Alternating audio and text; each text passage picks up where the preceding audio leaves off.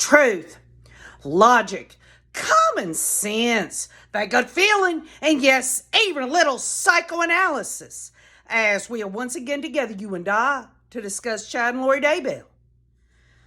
October the 12th of 2021, you got Detective Ron Ball interviewing Christina Atwood, and he makes this statement.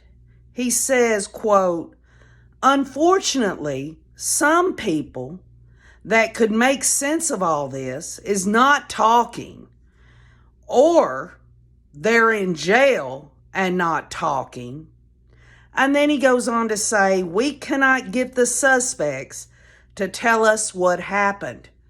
Wonder why that is. Why wouldn't Chad and Lori just tell them, hey, we're the king and queen of the 144,000. It's ordained. We've got to do all this. This was for a good cause. This is, we did all this because we had to get ready for doomsday. We're going to be the leaders of the firstborn church. We got to kill all these zombies, and we did the world a favor. Why didn't they just tell everyone? And besides that, when Ron Ball says some people that could make sense of all this is not talking, at this time, he'd already talked to Zulema and Melanie Gibb in their interviews, because he did their interviews in 2020. So who is he speaking of? The people that are not talking. Well, maybe old KJ's just reaching here, but maybe there are people out there as we speak that know just a little bit more about Chad and Lori's mission. What do y'all think? Hey, let me tell you, Melanie Gibb has made herself a state's witness. You saw it in Chad's preliminary hearing. David Warwick, you got on the grand jury witness list, there's a total of 44 grand jury witnesses that were up there that indicted Chad and Lori. And among those was Melanie Gibb, David Warwick, Zulema, Melanie P. But where's Christina Atwood? Why wasn't she at the grand jury?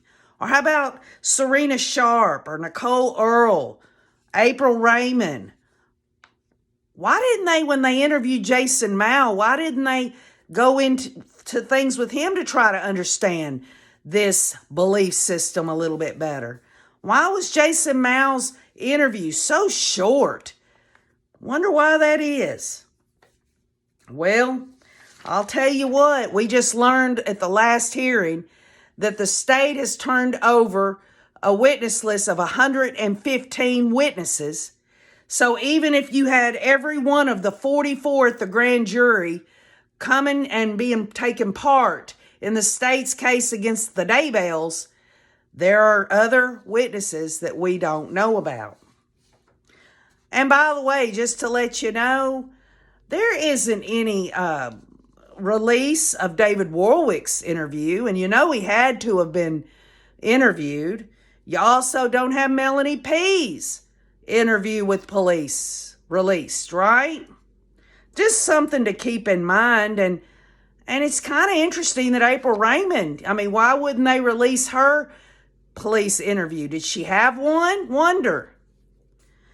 But let's get to it, shall we? Chad and Lori's mission together. I put on the community wall different options there, and I didn't say you had to pick one of those. I was just curious to see if this was what I come up with and everything that I've researched. I got to thinking, I was like, well, what is it? I mean, are they supposed to be killing zombies, or are they supposed to be starting a church? Well, what the hell's going on here? What is their real mission? Well, I'll tell you what they had in all of that crazy ass belief system of theirs was a mission impossible. But what could be possible as a mission? That is what the state has homed in on. They endorsed and espoused religious beliefs for the purpose of what? Murder. Did they endorse and espouse religious beliefs to rid the world of zombies? How about did they endorse and espouse religious beliefs to lead the Church of the Firstborn, or to gather the 144,000, or get ready for doomsday? The state is very clear. And I'm going to break it down even more. When the state talks about they endorsed and espoused religious beliefs for the purpose of murder, endorsed means to declare one's public approval or support of. Chad and Lori endorsed. They approved. They declared. Now, when you say one's public approval, it was only in small little groups. They couldn't, why couldn't they tell the world if this was something? You know what I'm saying? And how about espouse? They espoused religious beliefs for murder. They adopted or supported what? A cause, a belief, or a way of life to justify murder for the purpose of murder. What does purpose mean? The reason for which something is done. The reason that the murders were done or created, or for which something exists, in this case, murder, to have as one's intention. And their intention, Chad and Lori's intention, was to murder. And what else when it comes to purpose? It was their objective to murder. And what was their objective to murder for? Remuneration. For money. That's what it was all about. But let's look at some different sources, because I think that y'all will be very interested to know that even though we've gone over some of this in the past, we need to go over it again. And before we do, I want to address the poll I put on the community wall. There were 28 people that voted. That's a big deal for OKJ. We're just a little itty bitty channel, but that's good. That's a good response. For one response would be good for OKJ, because y'all got it going on. But there were 28 votes. 50% of y'all said that Chad and Lori's mission was to gather the 144,000. The second amount of people there that thought that Chad's and Lori's mission was to establish and to lead the Church of the Firstborn. Third place, kill those zombies. And last place, y'all, and this kind of was strange to me, but it was interesting. Last place, 7% of y'all said that they were getting ready for doomsday. And so the one that was the least thought of as Chad and Lori's mission, and you think about them being labeled the doomsday couple, you know what I'm saying? The doomsday mother, whatever. It's very interesting. But through some of these comments that y'all have given, some of y'all said it was all of the above. Tina Reddington says, I really think it was all the choices. But first and foremost, they wanted to be the leaders of the pack. The leaders received the followers' monies and respect. They really needed and wanted both. They were the king and queen, after all. Susan Purdy said, well, I think Lori was a gatherer. She was trying to talk her friends and stuff into joining. And I think he was going to be the leader and take care of all the women with his little Vienna sausage. Oh, Susan, I thought he had one of those little gherkins and little bitty 1-inch gherkin pickles. And some of y'all said, KJ, you should have never called him a sweet gherkin. Should have been a sour gherkin.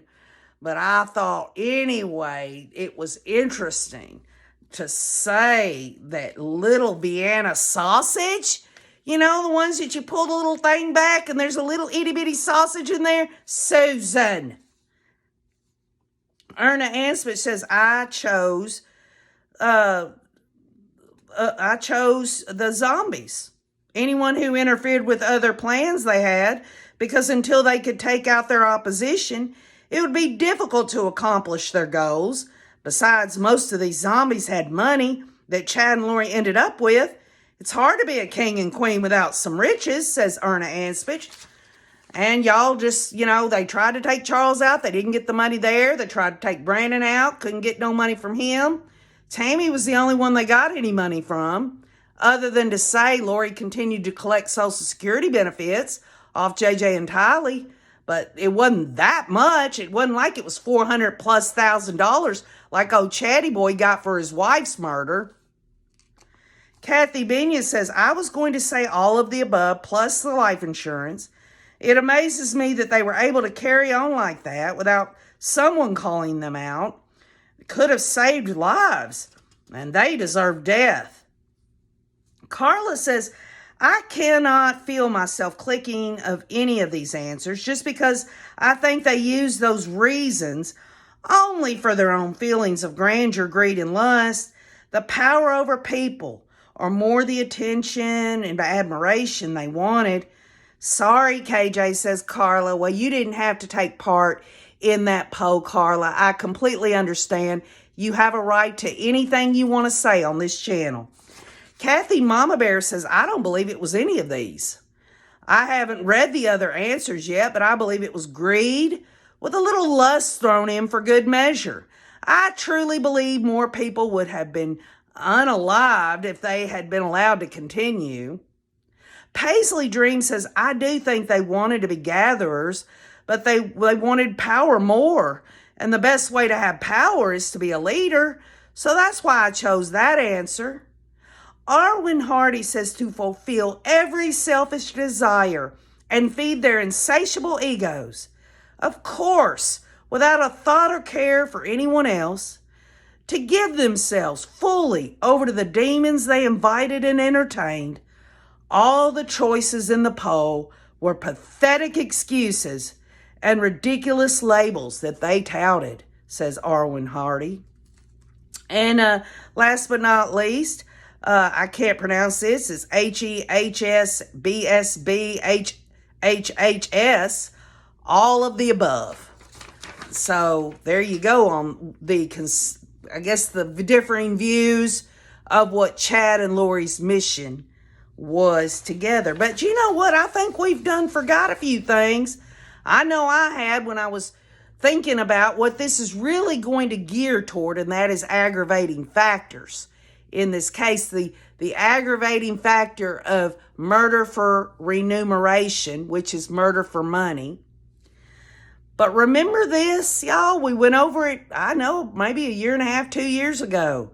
The 7 missions to accomplish together. Chad and Lori, remember that document? But I wanted to really, it's one thing to really look at it, and we know what it says. It's really to get someone's view of it that actually might have an insight. There's a Christopher James Blythe, who is a research associate at the Maxwell Institute of Religious Scholarship at Brigham Young University, as well as the co-editor of the Journal of Mormon History, okay, and co-president of the Folklore Society of Utah. Christopher James Blythe, he received his PhD in American Religious History from Florida State University. I read an article of his 1.5 years, 2 years ago, and at the time we hadn't gotten where we are today. Okay, we're in 2022. This article was actually written by this man, this scholar, on March the 12th of 2020. Now think about that. This was after Lori got arrested and we had all that going down. Where are the children and everything? No, the children's bodies had not been found. Chad, he had not been arrested yet.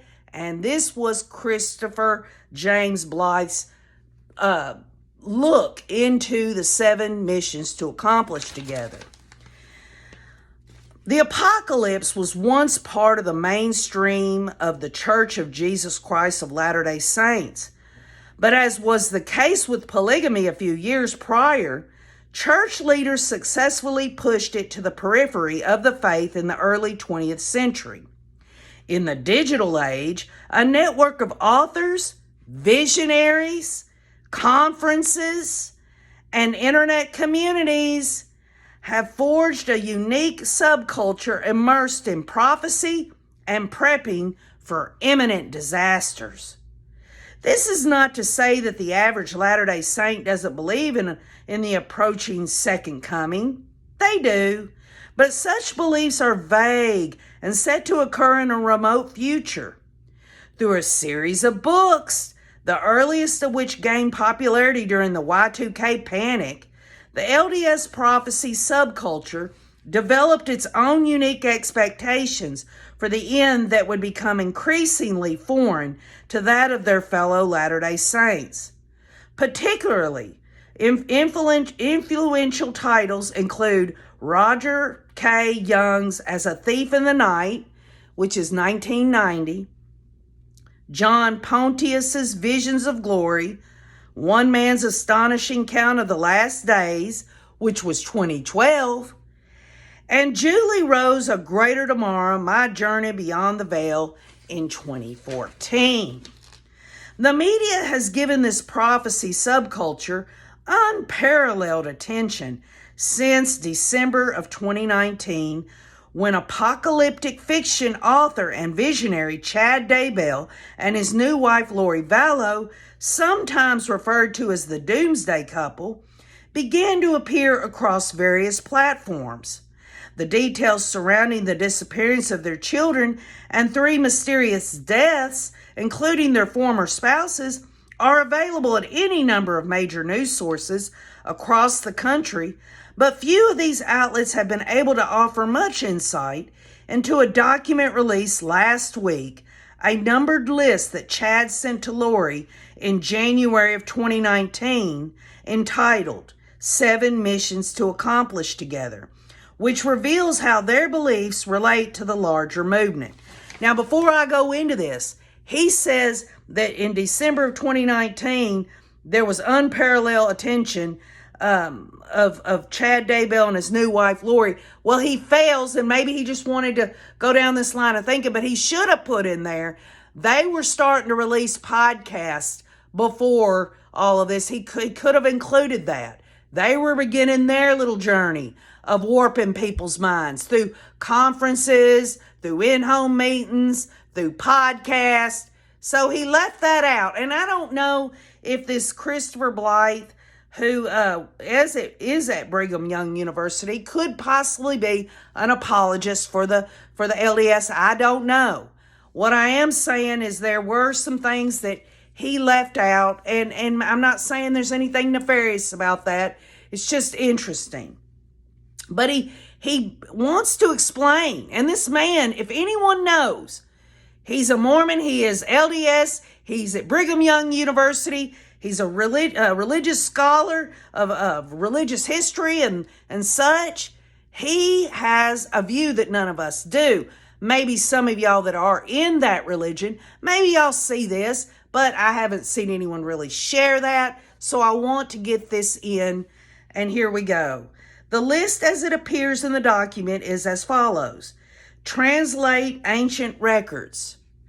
Number 2, write the book about the translation process. Number 3, identify locations in Northeast Arizona for white camps. Number 4, presidency of the Church of the Firstborn. 5, help establish the food distribution as the tribulations start and then delegate. Number 6, ordain individuals to translation as the camps begin. And number 7, provide supplies to righteous members of the families. Now, if you think about all those 7 things, okay, one has to ask that question. You've got to ask the question. You got to say, how in the world would they have needed to murder to do any of this? I mean, money could have been raised. Money could have been raised to do these things. You didn't have to murder anybody to do that. But let's go into the 7 missions to accomplish together. The first 2 missions, to translate ancient records and to write the book about the translation process, clue us in on how Chad and Lori Daybell perceive themselves. Latter-day Saints acknowledge Joseph Smith, the founder of their faith, with the 4-part title, Prophet, Seer, Revelator, and Translator. For Chad and Lori to translate ancient records would be a feat capable of proving their prophetic bona fides. Since Joseph Smith translated the Book of Mormon from an ancient record in the 1830s, Latter-day Saints have looked forward to further scriptures. The more likely scenario is that Chad and Lori expected to translate the sealed portion of the Book of Mormon, a part of this quintessential LDS scripture that's been held back for the last days. In his novel, The Great Gathering, the first installment to his Stand in Holy Places series, Chad wrote about the discovery of these ancient plates in Guatemala. The reference to a book that explains the translation process probably indicates that Chad planned to continue to produce apocalyptic literature, in this case about how some individuals would become immortal before the second coming. For the third mission, Chad and Lori were to find locations in northeast Arizona for white camps. The idea of tent cities or cities of light are a common theme in the literature of the Latter-day Saint prophecy subculture. The term white camps likely refers to the white tents that are often seen in visions. Through it might also refer to the divine protection these tent cities will receive. The idea of locating a site to weather the difficult time period preceding the second coming of Christ is a revival of 19th century efforts to gather in the Rocky Mountains for safety. This concept of gathering in the Latter-day Saint tradition is how God protects the righteous during the apocalypse. Several authors, including Chad Daybell himself, have described how these camps would be organized after the leaders of the Church of Jesus Christ of Latter-day Saints issue a call out, directing the church's membership to leave their homes. And Chad and Lori would be appointed to organize the camps in northeast Arizona, just as other visionaries have seen themselves organizing camps in other regions. Presidency of the Church of the Firstborn, the couple's fourth mission, concerns the presidency of the Church of the Firstborn. Among Latter-day Saints, the Church of the Firstborn refers to those in the highest degrees of heaven, the celestial kingdom. For this reason, it has also been the name of several Latter-day Saint schisms, including the infamous LeBaron Brother group that made the headlines in the 1970s for a handful of murders. Despite speculation to the contrary, the Daybells have nothing to do with any of these groups. In the contemporary prophecy subculture, it is often believed that the Church of the Firstborn will be established on earth during the apocalypse as a successor of the Church of Jesus Christ of Latter-day Saints. Apparently, Chad and Lori believe they will establish an actual hierarchy over this last days church. Their fifth and seventh missions help establish the food distribution as the tribulations start and then delegate, and to provide supplies to righteous members of families, suggests that Lori and Chad would eventually need to move on from their leadership over the camps, arranging for food distribution, then delegating that responsibility to other righteous leaders. Lori and Chad's sixth mission is to ordain individuals to translation as the camps begin. In other words, they would officiate in a ritual that would make select people immortal. The selection of these translated persons relates to Joseph Smith's understanding of the book of Revelations 144,000. Smith believes this body would be a missionary force that would be sent out at the time of a global cataclysm to bring as many as will come to the church of the firstborn, and that's D&C 7711. The selection of the 144,000 is a reoccurring scene in apocalyptic visions and fictional writings popular in LDS prophecy subculture. In Chad Daybell's novel, The Celestial City, published in 2008, he described how the Latter-day Saint prophet would send word to individual camps with the names of those who should be appointed as part of this vast group of high priests, 144,000 of you who will search the earth for the pure in heart. However, it would appear that 12 years later, Chad and Lori came to believe that they might take the lead in this process themselves. What these 7 missions detail is the founding of a last day community whose members would find safety together while American society would be overcome by natural disaster, disease, riots, foreign invasion, and religious persecution. This is, of course, a general outline of their intentions, as there are still mysteries surrounding Chad and Lori Daybell's beliefs and how they may relate to the disappearance of J.J. Vallow and Tylee Ryan, along with the suspicious deaths of Tammy Daybell, Charles Vallow, and Alex Cox. What we know for sure with the new document is that the doomsday couple sees themselves as benevolent messianic figures preparing the world for the apocalypse. Fortunately, the list of their missions didn't include any murders. And y'all remember, he's writing this before those children's bodies were found. Nobody had any word like murder on their mouth about any of these victims. Perhaps there's still hope that Chad and Lori's elevated sense of self-importance hasn't led them to add more sinister deeds to their list. And, when I read that and realized the date that was released, coming from this professor at Brigham Young University, this scholar of religious study of the Mormons and everything, he himself being a member of the Church of Jesus Christ of Latter-day Saints, I really thought about that, and I thought, he's really trying to make people understand. But make no mistake, y'all, there are things in that article that I just read to you that he's not going to share with us. There are secrets, there are things he's not going to share because he's not supposed to share. This was something that he could publish that would be okay for the LDS leadership to see. Anything that any of these people at Brigham Young University release, it's either apologetic or it's something that's benign, that's not going to go in and delve into things.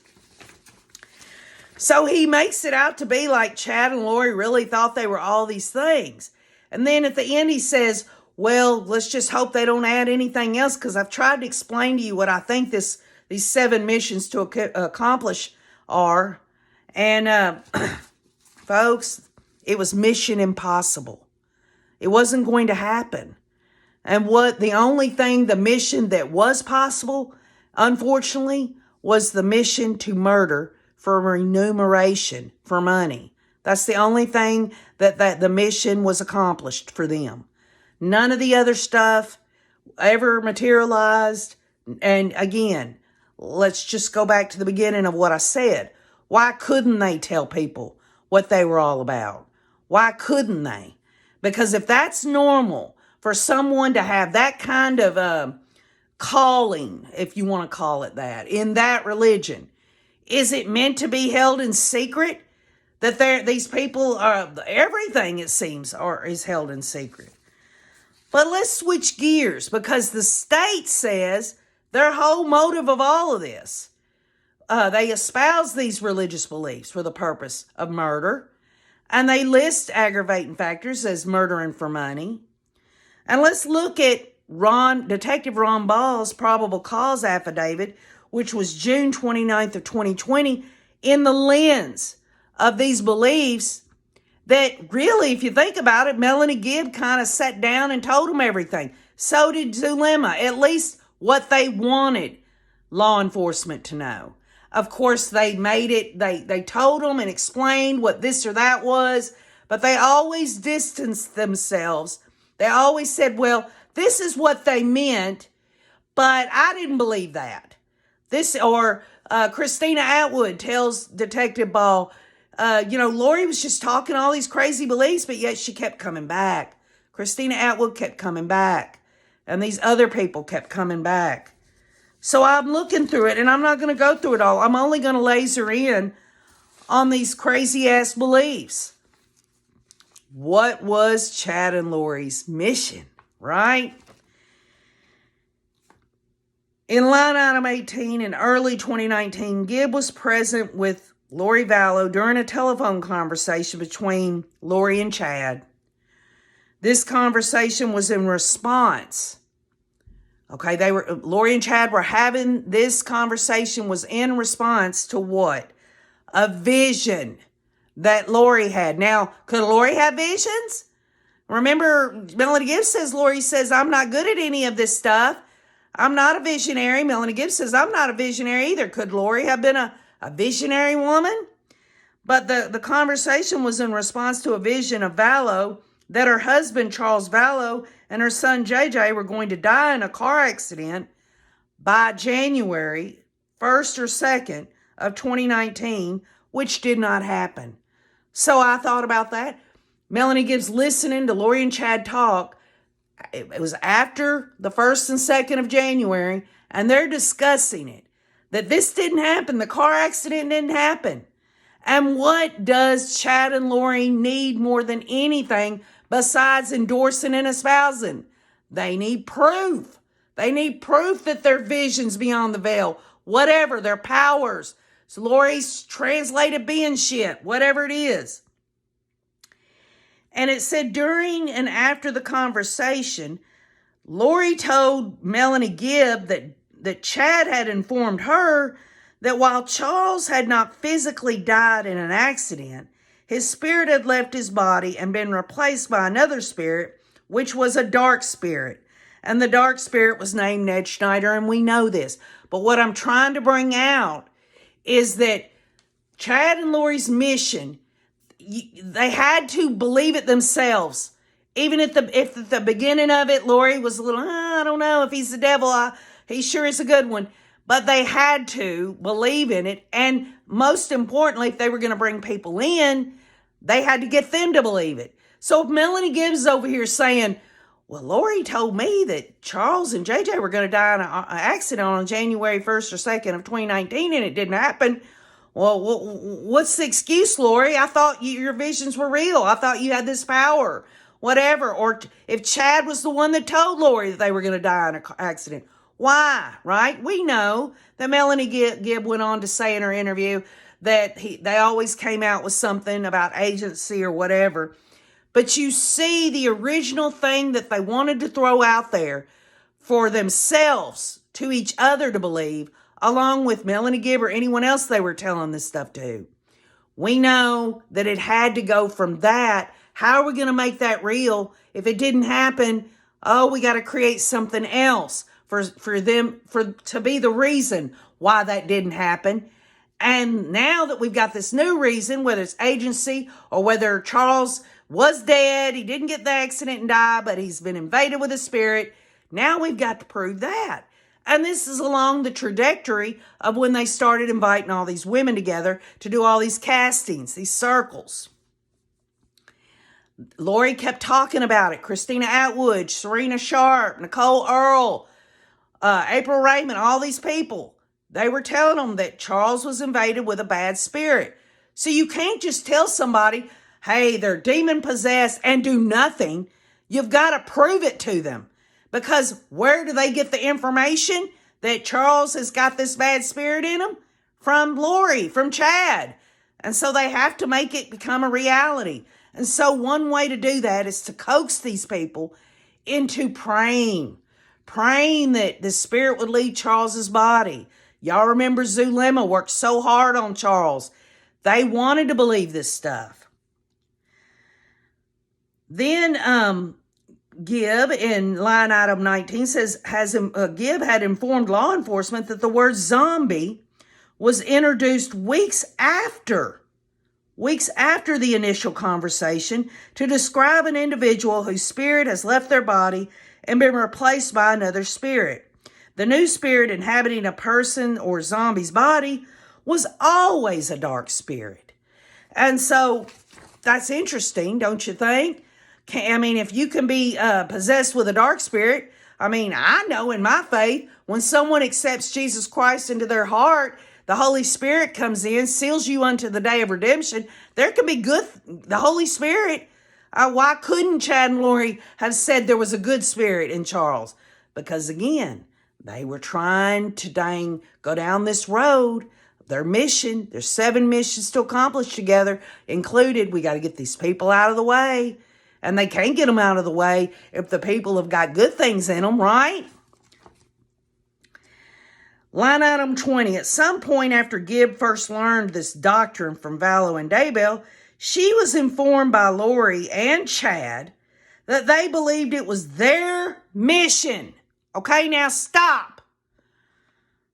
I know you're saying, well, KJ, that's Melanie Gibb. She's full of shit, or she only tells half-truths, or she lies by omission. Yes, she does, but then again, y'all know everything we've got from the Chandler dump and everything else. There are things that line up.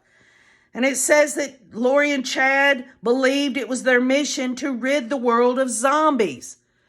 Now, where in the hell in the 7 missions to accomplish together does it say rid the world of zombies? It says nowhere in that. When Lori initially spoke to Gibb about getting rid of zombies, she spoke about saying prayers to remove dark spirits from the human bodies that they inhabited. This information has been corroborated, y'all, by electronic communications made by Lori and Chad. So those of you that thought, and it was the last, one of the last ones on the list, was to get rid of zombies. That's what they told Melanie Gibb. And if they told Melanie Gibb that, David Warwick knew it. We knew Zulema knew about the zombies. We knew Serena Sharp, Christina Atwood, Nicole Earle, all these people. They knew because they were doing these castings of evil spirits. You know, you can use the word zombie, but if you want to, that's a kind of a silly way of looking at it. But, I mean, ultimately, it was either demon possession or dark spirits possessing a body. And, so basically, Chad and Lori said it was their mission to rid people.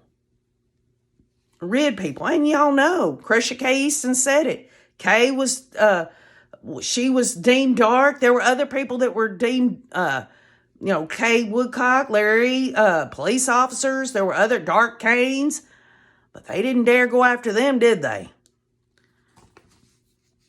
Line item 21. After the death of Daybell's wife on October of 2019, Gibb was informed by Lori that when a person became a zombie, their original spirit left their body and entered limbo and is trapped and cannot progress to paradise.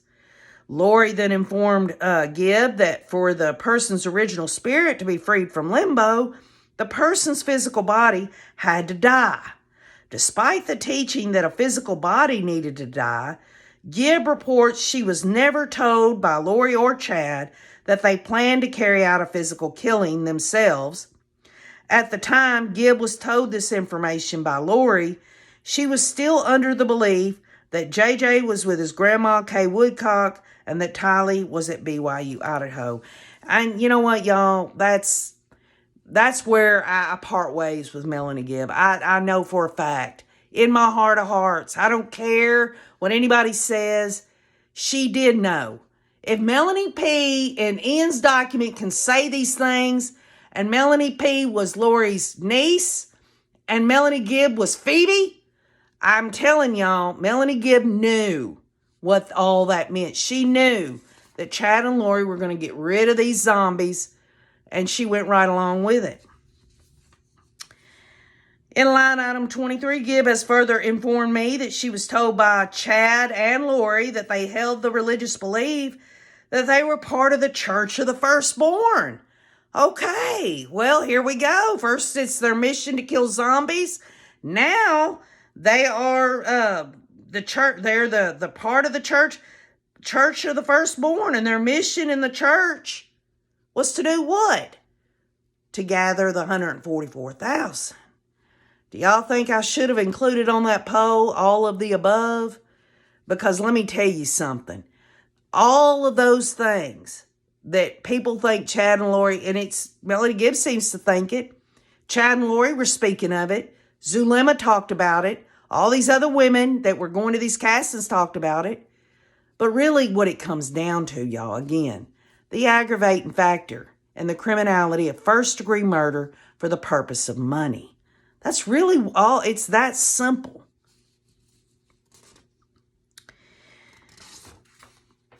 So, in Detective Ron Ball, and remember, this affidavit was when Lori first got arrested, and Chad, he was getting arrested. This was under alteration, destruction, and concealment of evidence. This wasn't the murder indictment. This was when they first got put in jail and everything. This was all their evidence for those charges. So I did think it was important because we're discussing Chad and Lori's missions, their impossible mission, of some of the behaviors and the actions they took in the overt acts of alteration, destruction, concealment of evidence. It says, due to the facts listed in this affidavit, probable cause exists that Chad Daybell, Lori Vallow, and Alex Cox conspired to commit the crime of concealing and destroying altering evidence they knew would be produced, used, or discovered as evidence in a trial, proceeding, inquiry, or investigation involving a felony. Chad Daybell performed at least the following overt acts in furtherance of the aforementioned conspiracy.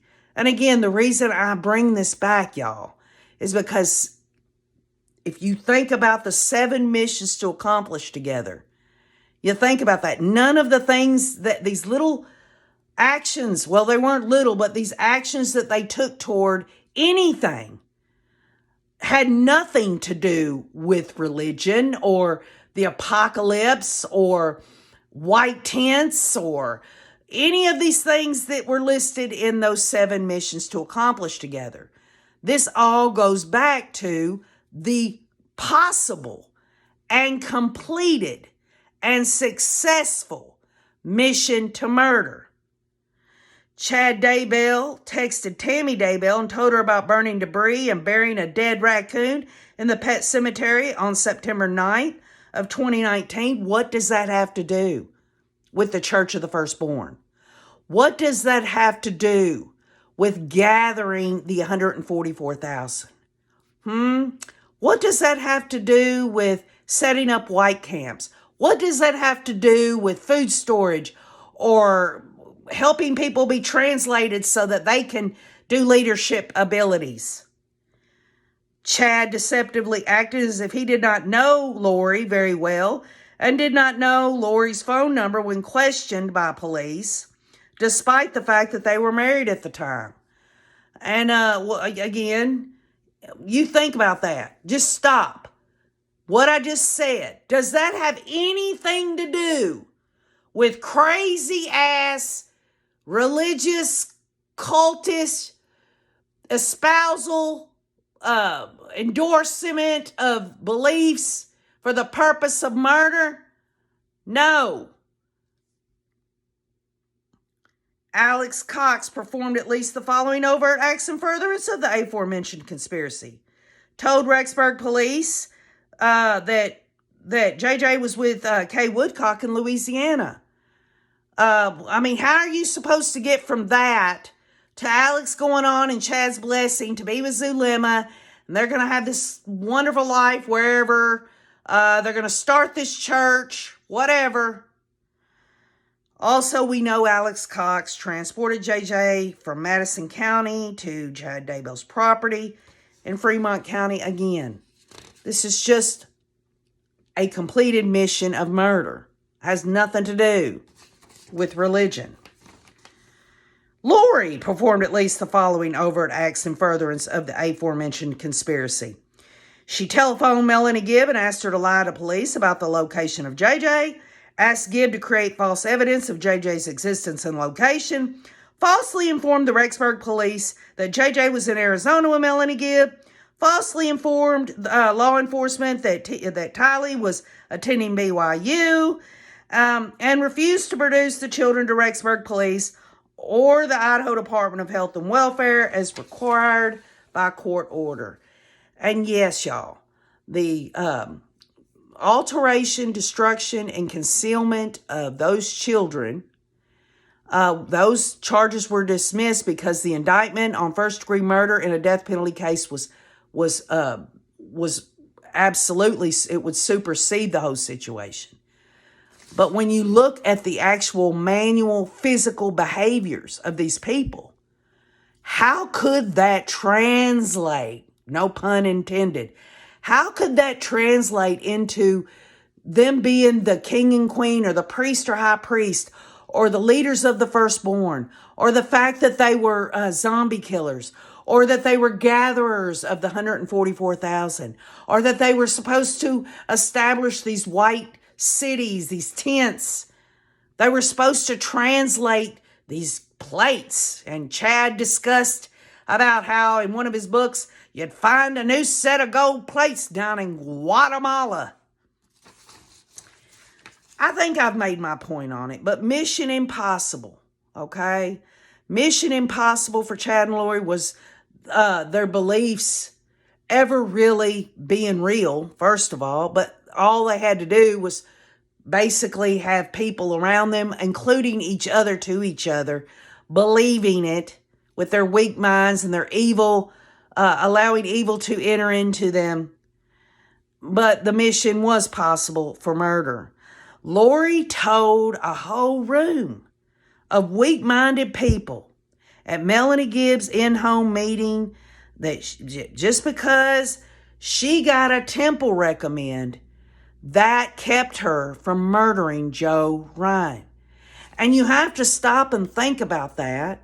And you have to think about, if this woman really thought she was who she was, then why would she even have to have thoughts of murder or anything? And if the temple recommend helped her to keep her from murdering, she still had that, y'all. She still had her temple recommend when she did all this with Chad. Didn't she have her temple recommend when she murdered Charles, JJ, Tylee, and Tammy? And why did Chad and Lori want people to believe their beliefs? Well, I mean, what they were espousing and endorsing was this crazy ass stuff that if you go out here and you say these things, you want people to believe that, and the kind of people that are going to believe that kind of stuff are just as deranged as you are. Again, I've said it many times before. None of this shit would have went down if nobody would have followed Chad and Lori. Zulema, Melanie Gibb, Melanie P., David Warwick, Ian. These people showed up to be there for Lori. Serena Sharp, Christina Atwood, Nicole Earl, April Raymond. All these people coddled them. They didn't come right out and say, "You're wrong. I don't believe you." They just left them alone to continue. And because they didn't tell them these things, in Chad and Lori's mind, it just confirmed it. It just confirmed that they could continue to spew these lies. Why only tell some people and not everyone they came into contact with? Why not do that? Why not? If they're endorsing and espousing, which means in definition to publicly come out, yes, they did endorse and espouse, and they did publicly talk to people about this stuff, but it wasn't everyone. They didn't go. Chad Daybell did not go to a conference and say, I have this visionary power, and I am supposed to lead the Church of the Firstborn, and we're out here trying to get any of y'all out here of the 144,000. And by the way, I just want y'all to know that we're praying, and y'all can come with us. We're praying to get all these zombies out of people, because that's our mission. That's what we told Melanie Gibb. How were Chad and Lori going to get anyone to believe their visions? They're seeing beyond the veil crap. How were they going to get anyone to believe that? Something had to come about. They couldn't keep saying, Chad couldn't keep saying, oh, it was agency that Charles and JJ didn't die in the car accident. And by the way, Charles is dead, but, he got invaded by a spirit and blah, blah, blah. They had to start showing proof, y'all. And let me be clear. When Lori and Alex left Arizona after murdering Charles, people in their stratosphere their immediate areas and all of that, they thought, wow, they ain't arrested, so we can believe what Lori is saying. And Chad's probably talking about it too, y'all. We'll find out in the trial. We know Lori for sure gave this big story. But again, there were her followers that she was telling otherwise.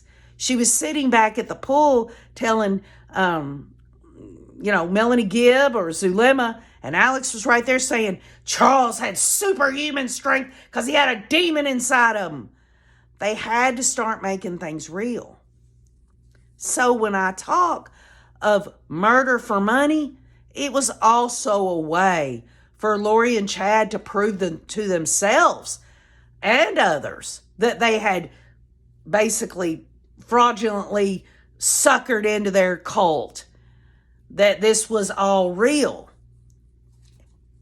Where was it going to go? You can't keep saying that you have these powers or that you can see all this. And why not see beyond the veil good things happening?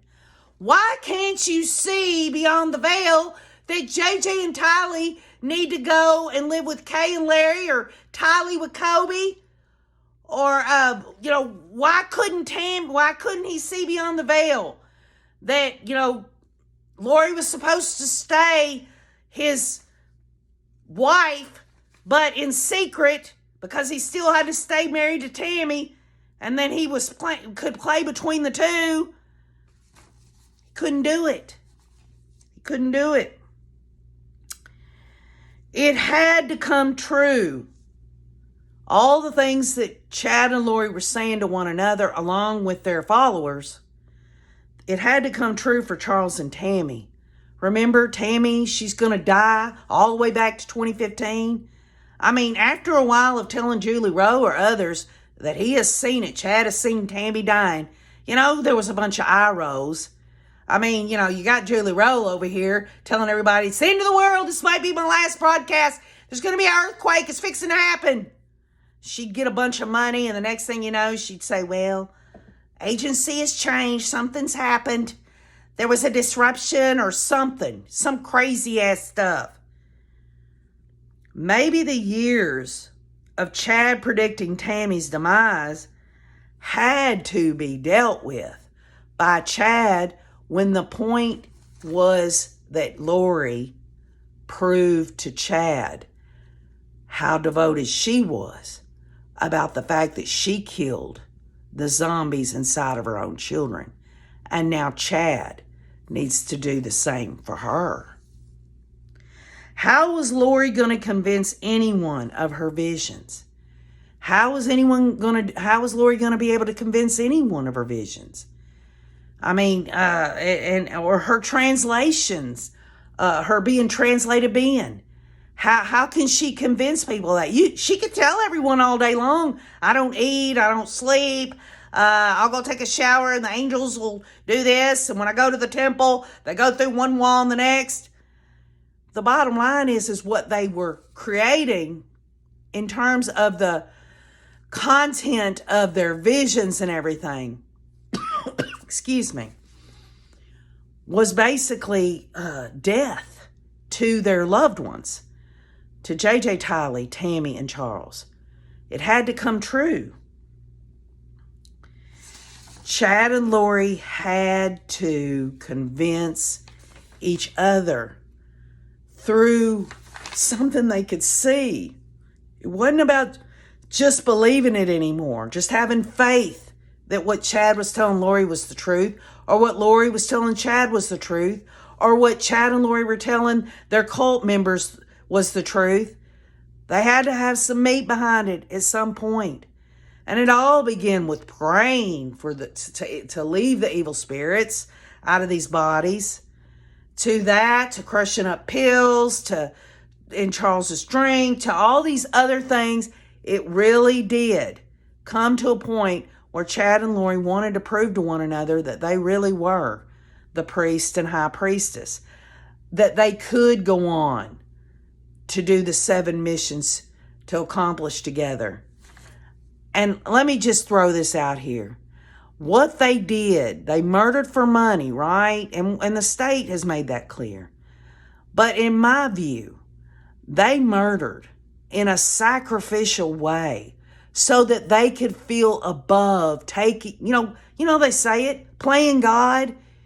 Someone murders somebody or kills somebody, you're playing God, right? They wanted to be the lowercase g gods. So murder was, they had to take life. They sacrificed these people, these innocent people, their loved ones, so that they could say to each other, we have these 7 missions to accomplish together.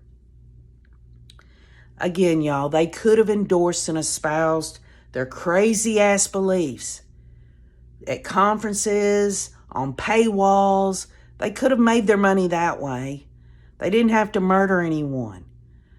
The mission impossible turned into the possibility and the completion of murder.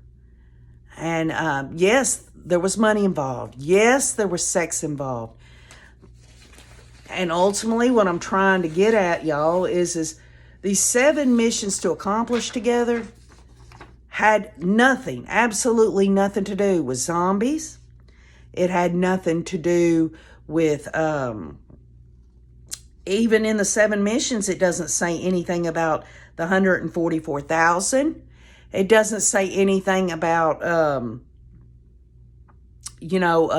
it generally speaks of the end of the world, and it does talk about the church of the firstborn. Those are the only 2 things that you see in all this. So I will leave you with this. That is if those were the 7 missions to accomplish together, and it had nothing to do with zombies, and it didn't have nothing to do with, murdering for money, then how were they going to get there? Couldn't they have asked their God to help them get there to where if they're so ordained and it was so meant to be and it was such a divine calling, why would you have to even do all these other things? Why would you have to stay silent to everyone and only speak to the ones that were stupid enough to listen to it?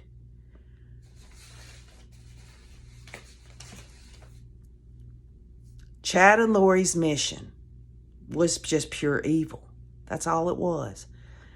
If you hone it all down, if you get rid of the noise, if you get rid of it all, the state's made it clear. They might bring up the words endorse and espouse religious beliefs, right? But the bottom line is it's murder. It doesn't matter what someone murders someone for.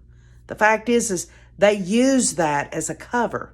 Just as Kresha K. Easton says that people out here, they hide behind Jesus Christ. They don't, it's for nefarious reasons. This is what Chad and Lori were doing. And still, to this day, why can't they confess? Why can't they be forgiven? Because they have no confession. So anyway, leave your comments. Tell me what you think. And by the way, I want to end on this. On Christmas Eve, I'm doing a live stream, as many of y'all know, and I've decided that I'm going to announce the winner of the KJ and the Ray mug on the question of what is your definition of justice through understanding. I've got 16 submissions so far, and I've loved every one of them. Remember, not New Year's, Christmas Eve, we're going to be giving away the KJ and the Ray mug. And if you want one anyway, you can go to Difficult Research, click on the About section, and as you scroll down, it says Merchandise. You can get you a cup, a KJ and the Ray cup, or you can get Love Always Wins, Justice for JJ Tiley, Charles, Tammy, and Joe. Some really great merchandise. Mama Bear Kathy has put all that together. I'm so proud of her. And so anyway, I love you all. Tell me what you think and keep on looking.